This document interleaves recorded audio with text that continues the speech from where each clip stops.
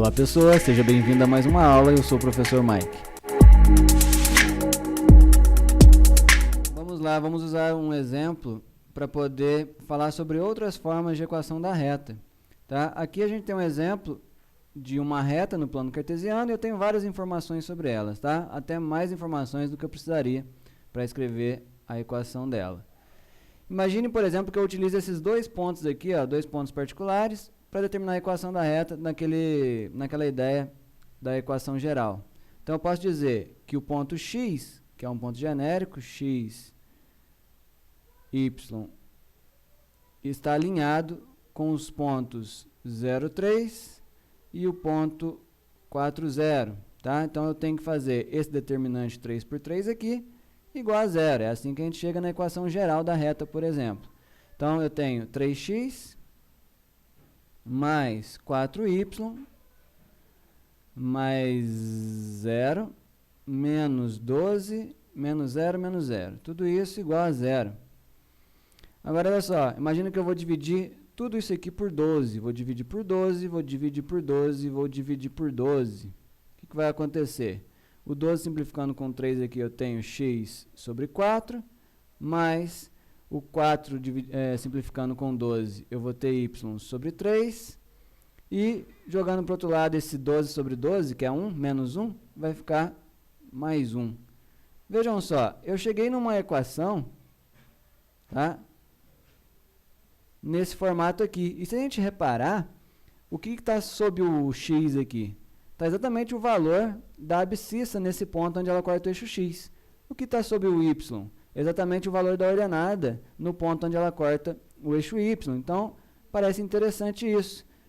Isso é um formato que é chamado de equação segmentária da reta. Então, se você tem x sobre um valor mais y sobre um valor igual a 1, esses valores aqui que estão embaixo do x e embaixo do y são exatamente os valores, né, da abscissa de onde a reta corta o eixo x e a ordenada de onde a reta corta o eixo y. Então, num contexto em particular em que você tem essas informações, talvez seja mais fácil, mais rápido, mais direto utilizar a equação segmentária. Não que ela seja extremamente necessária, porque a gente viu que a gente chegou nela a partir de um formato que a gente já conhecia, que era a equação geral. Beleza? Uma outra maneira de abordar essa mesma situação seria o seguinte. Ora, eu posso calcular a inclinação dessa reta sempre que eu olho para dois pontos. Se eu olho para dois pontos particulares, eu tenho, por exemplo, esse ponto aqui é o 0, 3 e esse ponto aqui é o 4, 0. Eu consigo calcular a inclinação dessa reta a partir desses pontos. Então, eu tenho, por exemplo, vou colocar 0 menos 4, variação em y, sobre... desculpa, errei, né? A variação em y é 0 menos 3. 0 menos 3 sobre 4 menos 0, variação em x. Então, o coeficiente angular aqui é menos 3 quartos. Eu poderia escrever na forma reduzida, por exemplo, que a gente já sabe, y é igual a menos 3 quartos de x mais 3, que eu sei que ela corta o eixo y no valor igual a 3 aqui. Beleza, mas eu não quero fazer a reduzida, quero mostrar para vocês uma outra maneira. Imagina que você conheça a inclinação dessa reta, a gente já sabe, mesmo que a gente não tivesse esses dois pontos aqui. Imagina que o exercício deu a inclinação menos 3 quartos. E eu conheço um ponto em particular. Um ponto em inclinação seria suficiente para chegar na equação da reta. O que a gente pode fazer é o seguinte. A inclinação 3 quartos, ela pode ser calculada a partir de quaisquer dois pontos. Eu posso, inclusive, usar um ponto genérico e um particular. Eu teria y menos 6 dividido por x menos 4. Tudo isso igual a inclinação, que é menos 3 quartos. Então, eu teria y menos 6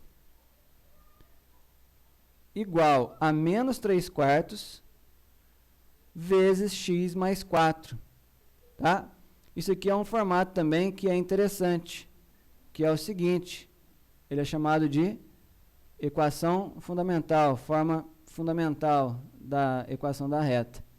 Tá? Eu tenho y menos y0 igual a m, que multiplica x menos x0. Ou seja, se eu conheço a inclinação da reta e um ponto particular dela, x0, y0, que é o caso aqui, eu posso escrever direto a equação da reta, sem passar pelo n, necessariamente. É claro que se eu fizer as distributivas aqui, eu vou chegar no valor de n. Beleza? Então, temos aí dois formatos a mais para a gente poder trabalhar. Equação fundamental e equação segmentária. Vamos tentar utilizar o que a gente aprendeu até agora num exemplo, tá? Um exercício um pouco mais elaborado depois de tudo isso que a gente já viu. O exemplo diz o seguinte: determine o ponto P' simétrico, e aí é interessante a gente prestar atenção o que significa ser simétrico, do ponto P em relação à reta S, de equação y igual a 2x. Então, eu tenho uma reta aqui, que eu conheço a equação dela, e eu tenho um ponto P que eu quero o simétrico dele. A gente tem intuitivamente a ideia de simétrico, né? Seria um cara, sei lá por onde, mais ou menos por aqui. O que acontece? Se eu tenho uma simetria, quer dizer que se eu unir esses dois pontos, né, a simetria é em relação à reta S. Então, vai ser 90 graus com S aqui, vai ser perpendicular. A gente estudou perpendicularidade na última aula. E, além disso, então, deixa eu só desenhar aqui, mais bonitinho. Eu tenho uma reta aqui, que eu vou chamar de reta R, que é perpendicular à reta S. Aqui, eu tenho o ponto que eu estou procurando, P'. Mas não é só a perpendicularidade. A simetria implica também que esse pedacinho tem que ser do mesmo tamanho que esse. Ou seja, exatamente no ponto de interseção dessas duas retas, eu tenho um ponto M, que é o ponto médio entre esses dois aqui. Então, a gente pode usar ponto médio também. Pode usar ponto médio, perpendicularidade e a determinação da equação da reta a partir de um ponto conhecido e a inclinação. Porque se ela é perpendicular, a inclinação dela eu vou saber a partir da reta S. Ok? Olha só. Então, eu estou procurando um ponto P' e eu vou ter que passar por um ponto M para poder chegar nessa resposta. Olha só, a reta R, ela tem, vamos fazer diferente, a reta S tem coeficiente angular igual a 2, a equação dela é y igual a 2x, então na forma reduzida eu vejo explicitamente que coeficiente angular. Como a reta R é perpendicular a ela, a gente viu na última aula que o coeficiente angular então tem que ser menos 1 sobre 2, o inverso do oposto, ou o produto desses dois tem que dar menos 1. Ok, então eu conheço a inclinação da reta R e eu conheço um ponto por onde ela passa. Posso usar a equação fundamental que a gente acabou de ver.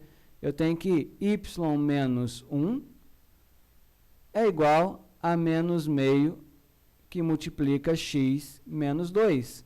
Equação fundamental. Eu tenho, portanto, a equação da reta R. Vou escrever aqui já passando menos 2 multiplicando.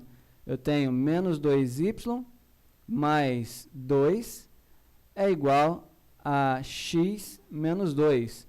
Ou seja, escrevendo um pouquinho melhor, eu tenho x igual a menos 2y mais 4. Tá? Vou deixar escrito nesse formato aqui porque vai me ajudar. Isso aqui é a reta R.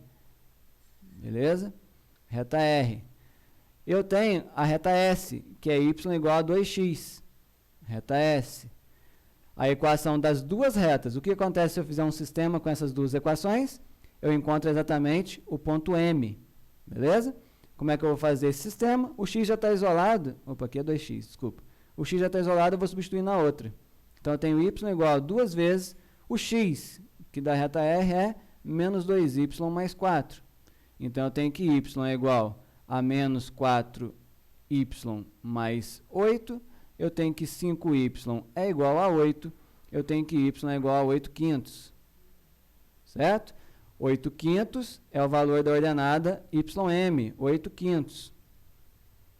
E, portanto, o x é 4 quintos, tá? Porque y é igual a 2x na reta S. Beleza, aí agora eu vou aplicar o ponto médio. Eu sei que se eu pegar x' mais o x do ponto P, que é 2, e dividir por 2, isso tem que dar 4 quintos. Tá? 4 quintos, desculpa aí. Y' mais 1, que é o y do ponto P, dividido por 2, tem que dar 8 quintos, ok? Então, daqui vai sair x' igual a menos 2 quintos, e daqui vai sair y' igual a 11/5. Então, portanto, eu descobri as coordenadas do ponto P'. Tá bom, pessoal? Foi rapidinho, mas espero que tenha ficado claro. Até a próxima.